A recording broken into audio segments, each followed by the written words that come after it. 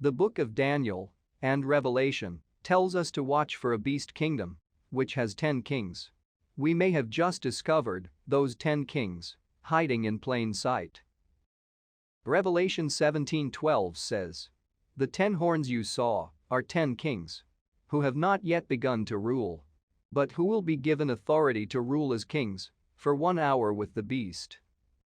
Daniel 7:24 says, "The 10 horns are 10 kings who will rule that empire." While many scholars have mistakenly had their focus on the European Union, we focused on the Middle East and Islam. So, we were not surprised to discover that Islam already has 10 kings. Yes, 10 real kings.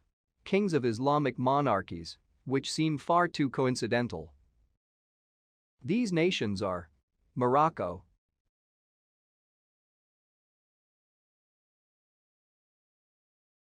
Saudi Arabia, Jordan,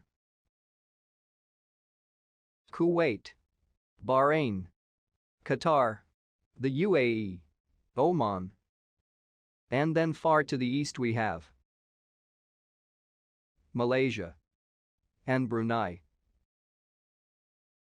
In Wikipedia, the OIC officially lists these 10 Islamic monarchies. And here are the kings of those nations. Which means Islam really does have 10 kings. Which matches the Bible prophecy about the beast kingdom with 10 kings perfectly. But are these the final 10 monarchies who give their power to the beast? Or should we expect a different group of 10 leaders to rise from Islam?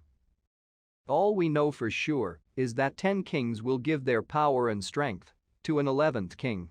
And that 11th king who rises after them from the Assyrian area will be the Antichrist. Now, whether or not these are the final form of Islam's 10 kings, or whether Islam will divide all its countries between 10 other rulers, we can't say for certain. But it seems logical to conclude that Islam's monarchs would see themselves as having a right to rule any future caliphate that would arise. Daniel 7:8 says, "I considered the horns, and behold, there came up among them another horn, a little one, before which 3 of the first horns were plucked up by the roots. And behold, in this horn were eyes like the eyes of a man, and a mouth speaking great things."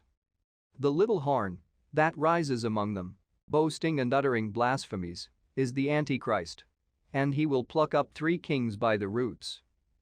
It's interesting that the word root is used here, because elsewhere the Bible defines the word root as always being linked to a royal lineage with a hereditary history.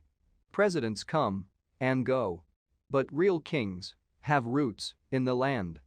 Jesus is from the root of Jesse in Isaiah 11:10 and the root of David in Revelation 5:5. So to pluck up 3 kings by the roots may indeed mean more than just replacing 3 common men. It may in fact mean uprooting the royal monarchs from their land. We see the Antichrist conquering toward the south, toward the east, and toward the pleasant land. So there are indeed 3 monarchs in his war path to uproot. So, let's keep our eyes on these 10 Islamic kings, because they may have a role to play in biblical prophecy.